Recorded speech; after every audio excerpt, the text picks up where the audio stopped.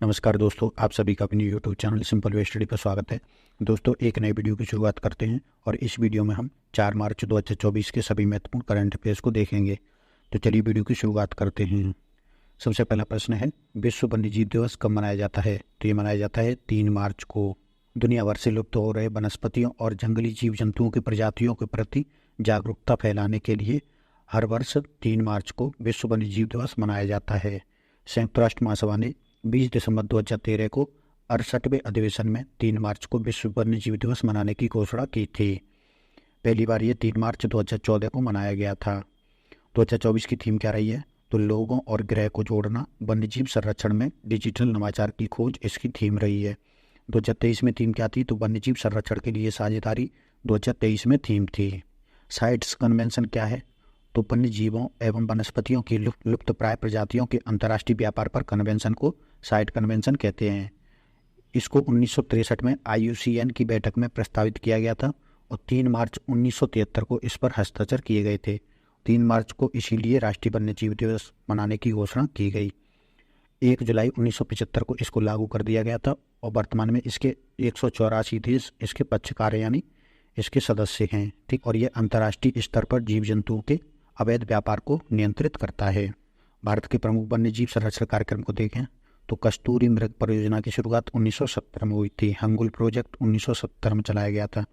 गिर सिंह परियोजना तो ये 1972 में, बाघ परियोजना 1973 में, कछुआ संरक्षण परियोजना 1975 में, घड़ियाल प्रजनन परियोजना 1975 में, मणिपुर थामिन परियोजना 1977 में, गेंडा परियोजना 1987 में, हाथी परियोजना 1997 में, लाल पांडा परियोजना 1996 में, गिद्ध संरक्षण परियोजना 2006 में और हेम तेंदुआ परियोजना 2009 में।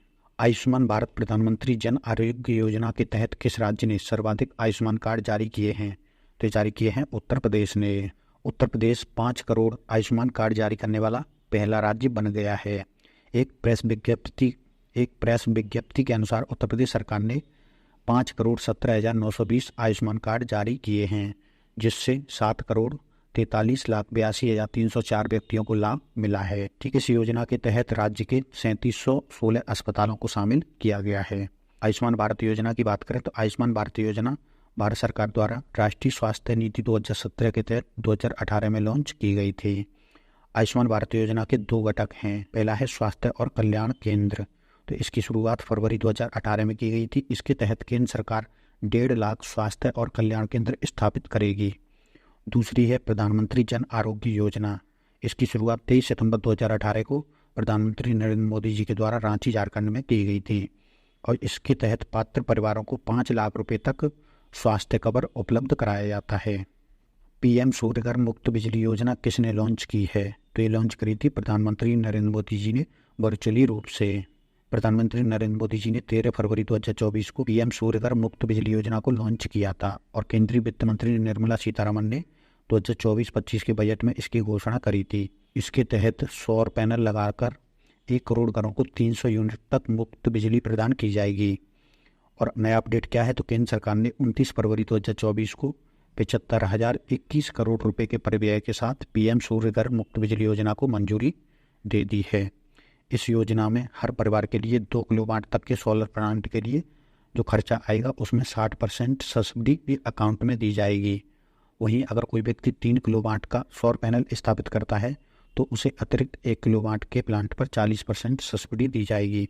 सरकार के एक अनुमान के अनुसार 3 किलोवाट का सोलर पैनल लगाने पर 1.45 लाख का खर्च आएगा, जिसमें से 78,000 रुपये की सब्सिडी सरकार देगी और 67,000 रुपये के सस्ते लोन की व्यवस्था सरकार करेगी, जिस पर रेपो रेट से केवल 0.5% ही ज्यादा ब्याज वसूला जा सकेगा। इस योजना के तहत रूफटॉप सौर पैनल लगाने वाले 1 करोड़ परिवारों को 15,000 रुपये की सालाना आमदनी भी होगी। पात्रता क्या है? तो भारतीय नागरिक होना चाहिए व्यक्ति। वार्षिक पारिवारिक आय 1.5 लाख से अधिक नहीं होनी चाहिए। आवेदक के परिवार में कोई सरकारी कर्मचारी नहीं होना चाहिए। सभी जातियों के नागरिकों के लिए खुला है और बैंक खाते से आधार कार्ड जुड़ा होना चाहिए। मार्च 2024 में सरकार ने मिसाइल, रडार सहित कई अन्य उपकरणों हेतु 39,125 करोड़ के कितने रक्षा समझौतों पर हस्ताक्षर किए हैं? तो ये 5 समझौतों पर हस्ताक्षर किए हैं। रक्षा क्षेत्र में आत्मनिर्भरता के लिए सरकार ने मिसाइल, रडार सहित कई उपकरणों हेतु 39,125 करोड़ के 5 रक्षा समझौते किए हैं।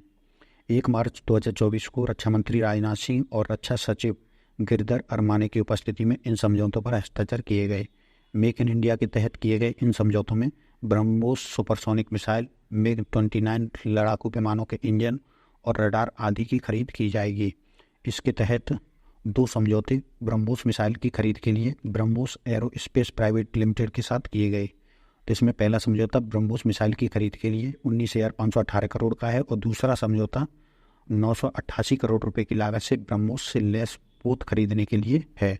हिंदुस्तान एरोनॉटिक्स लिमिटेड से MiG-29 के लिए एरो इंजन की खरीद के लिए समझौता किया गया। तो इसमें MiG-29 लड़ाकू विमानों के लिए RD-33 एरो इंजन की खरीद के लिए 5249 करोड़ रुपए का समझौता किया गया है। लार्सन एंड टुब्रो से खरीदे जाएंगे CIWS और रडार। इसमें 2 समझौते किए गए हैं।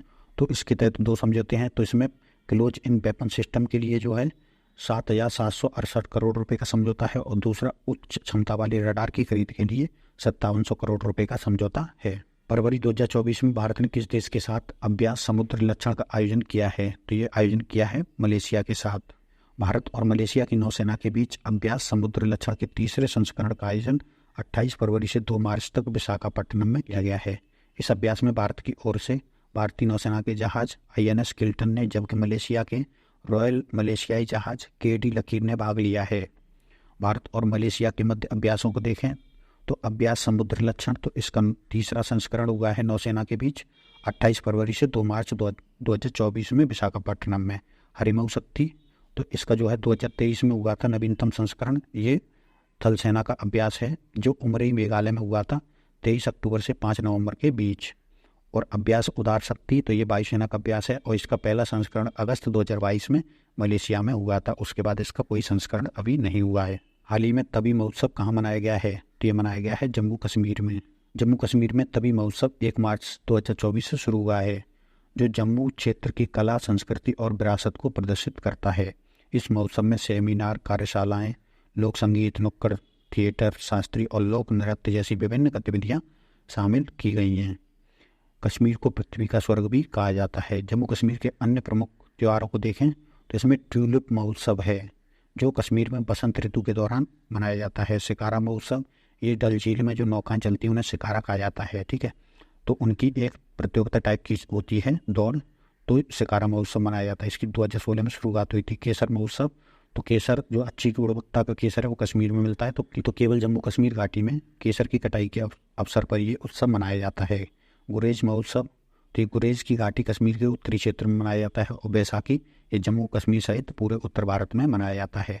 स्पेशली सिख धर्म के लोग इसको मनाते हैं। इंडिया डिजिटल अवार्ड में स्टार्टअप ऑफ द ईयर से किसे सम्मानित किया गया है? तो ये सम्मानित किया गया है ONDC को। Open network for digital commerce यानी ONDC को 29 फरवरी 2024 को 14वें इंडिया डिजिटल अवार्ड में स्टार्टअप ऑफ द ईयर से सम्मानित किया गया है। ONDC को यह पुरस्कार भारत में डिजिटल कॉमर्स के लिए अपनी तरह का अनोखा ओपन नेटवर्क विकसित करने के लिए दिया गया है। भारत डिजिटल शिखर सम्मेलन 2024 की बात करें तो 28 फरवरी 2024 को भारत डिजिटल शिखर सम्मेलन का आयोजन मुंबई में किया गया। इस अवसर पर सूचना और प्रसारण सचिव संजय जाजू ने बताया, स्मार्टफोन और डेटा के माध्यम से पहुंच के कारण मीडिया और मनोरंजन के क्षेत्र में तेजी से बदलाव देखने को मिल रहा है।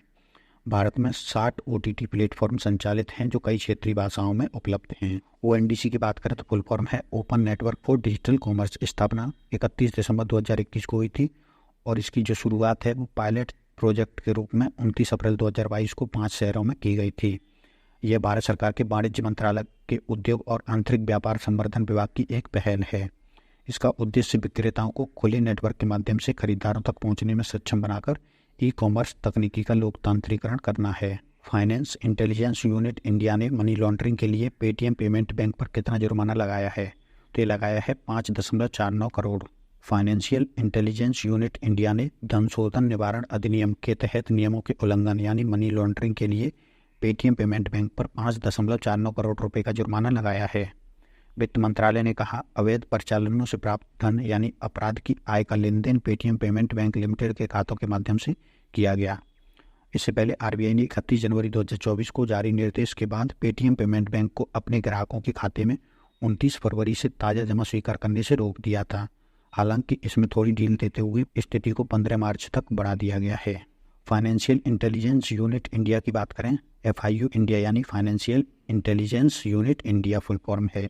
18 नवंबर 2004 को स्थापना हुई थी और वित्त मंत्री इसके अध्यक्ष होते हैं। वित्त मंत्रालय के अधीन एक एजेंसी है जिसका कार्य संदेह युक्त वित्तीय सौदों की सूचनाओं का संग्रहण, प्रोसेसिंग, विश्लेषण एवं अपसारण करना है। ZSI यानी कि जूलॉजिकल सर्वे ऑफ इंडिया ने नए खोजे गए हैडसील्ड समुद्री शिलक का नाम किसके नाम पर रखा है? तो ये राष्ट्रपति द्रौपदी मुर्मू जी के नाम पर रखा है। हाल ही में जूलॉजिकल सर्वे ऑफ इंडिया यानी ZSI ने ओडिशा और बंगाल के समुद्री तटों पर समुद्री शिलक मोलस्का की एक नई किस्म की खोज की है। इसका नाम राष्ट्रपति द्रौपदी मुर्मू जी के नाम पर मेलानोक्लेमिस द्रौपदी रखा है। मेलानोक्लामिस जीनस से संबंधित इस प्रजाति को पश्चिम बंगाल के तट दीघा और ओडिशा के तट उदयपुर में खोजा गया है। हेडसील्ड समुद्री शिलक की यह नई प्रजाति भारत के अलावा दुनिया में कहीं नहीं पाई जाती। यह भारत में पाई गई हेडसील्ड समुद्री शिलक की दूसरी प्रजाति है। पहली प्रजाति पश्चिम बंगाल और ओडिशा के तट पर ही मेलानोक्लेमिक्स बेगालेसिस नाम से खोजी गई थी।